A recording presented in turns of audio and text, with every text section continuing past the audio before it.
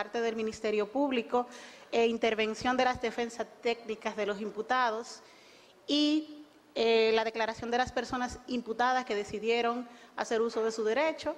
En primer término, es preciso destacar el eje de discusión. En este caso se va a evaluar la pertinencia de la solicitud de imposición de medida de coerción, la pertinencia o no, y la declaratoria de complejidad del mismo. Hay algunas cuestiones previas que fueron planteadas. La defensa técnica de Alejandro José Montero Cruz solicitó la separación del proceso conforme los términos del artículo 64 del Código Procesal Penal, haciendo referencia a la no vinculación del imputado con los ilícitos arguidos, independientemente de que se trata de una etiqueta provisional. En este punto, esta juez advirtió que existe imposibilidad material de deslindar la imputación respecto a personas imputadas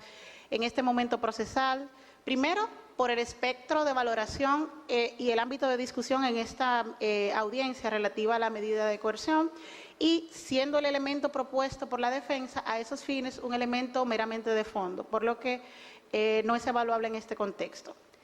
Ya en cuanto a la solicitud de imposición de medida de coerción, partiendo de la taxatividad referida por la norma, en cuanto a los requisitos exigidos para verificar la procedencia o no de medida de coerción, es indispensable evaluar lo siguiente: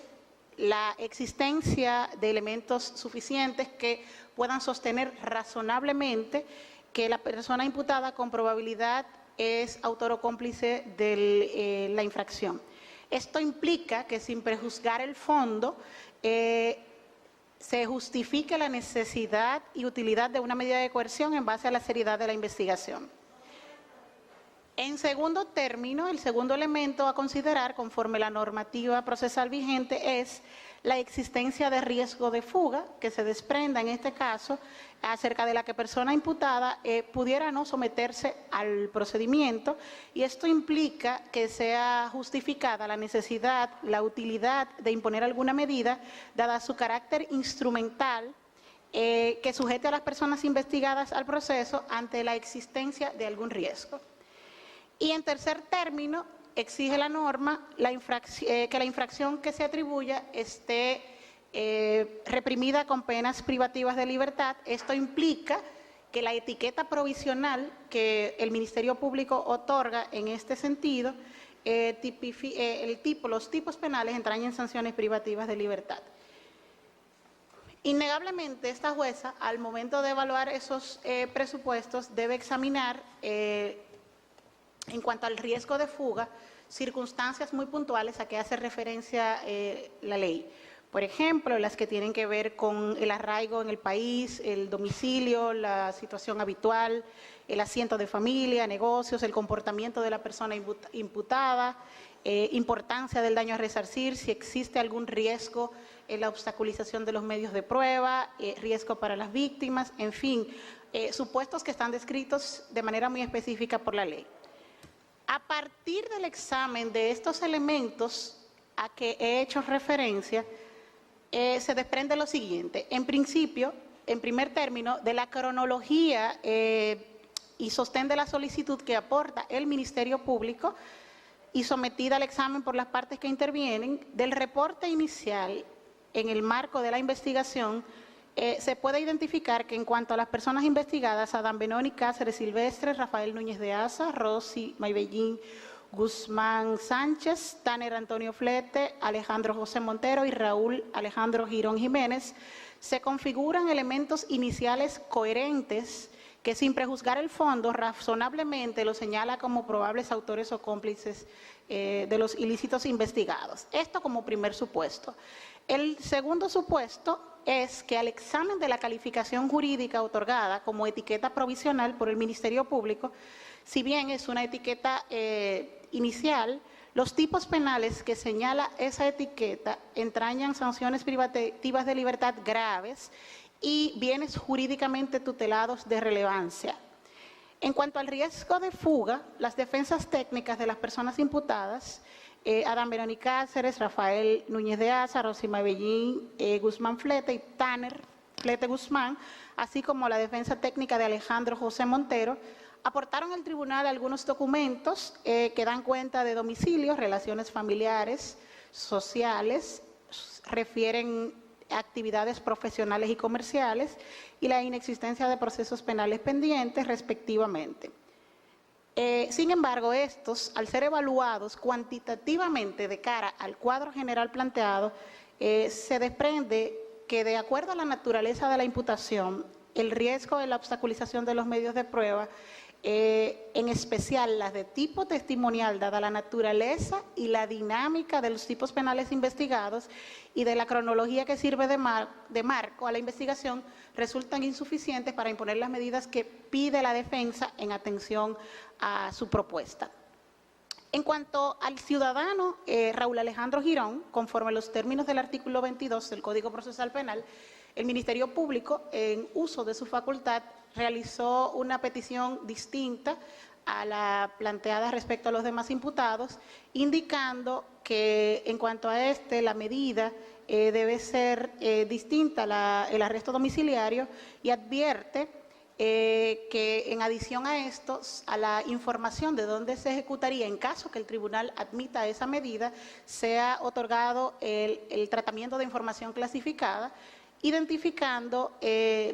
un riesgo potencial, indicando al Ministerio Público como órgano investigador. Examinada la configuración de presupuestos respecto a Raúl Alejandro Girón Jiménez, consistente de acuerdo a los motivos que expusimos, se advierte que, en principio, la tutela a los derechos fundamentales de las personas, independientemente de la medida de que trate, pues es responsabilidad del Estado habilitar las condiciones, medios y estructuras para tutelarlos por su sola condición de sujeto de derechos. Y en ese marco, el cumplimiento de una medida de esa naturaleza no está exenta de ese resguardo, por lo que entiende pertinente y coherente la solicitud del Ministerio Público. Y en ese punto, la autorización que el manejo a la información del domicilio se daría, lo que implica confidencialidad en su utilización, no solo para fines de contacto a través de la Procuraduría General de la República como custodia del mismo por parte del Tribunal Control, sino para fines de convocatoria a través de la Procuraduría. En ese sentido, y en adición a lo antes planteado, ha solicitado el Ministerio Público la declaratoria de complejidad del proceso, conforme los términos del artículo 369 y 370, postura que fue rebatida por la defensa técnica, partiendo de que el impacto de esta declaratoria respecto a personas individualizadas o no individualizadas. En cuanto a ese aspecto, es preciso señalar que las reglas de complejidad no son un instituto procesal de impacto individual,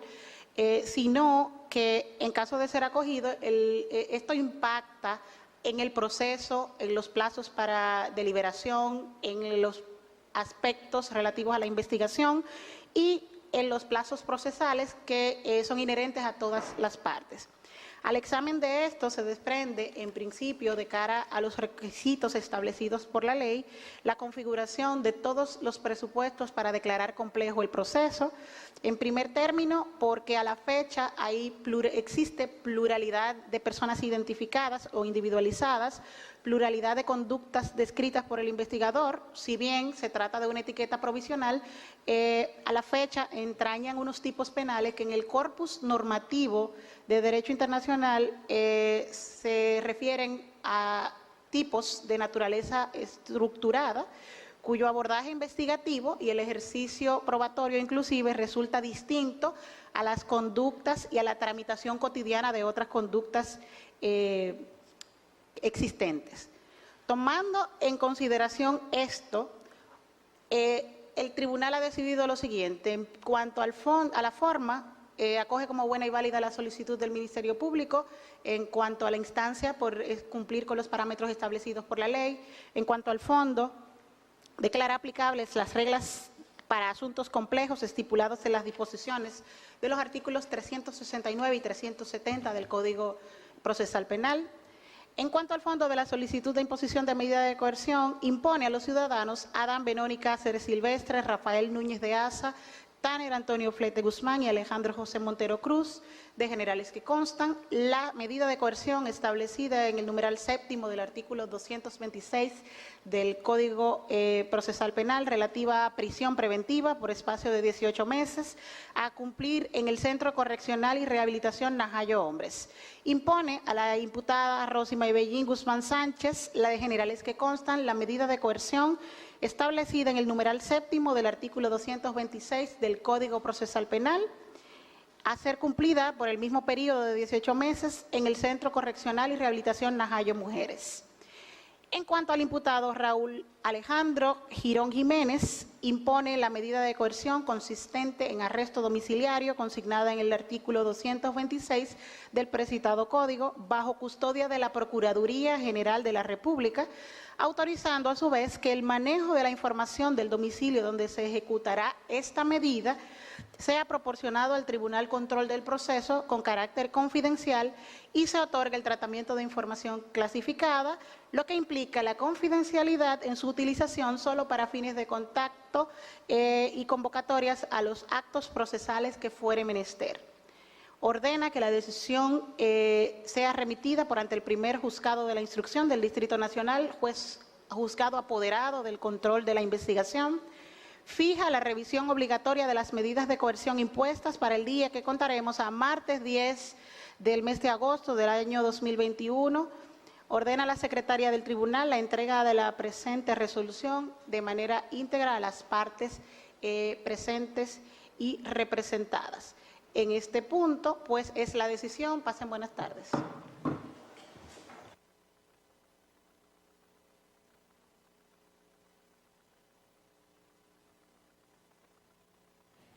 Rápida.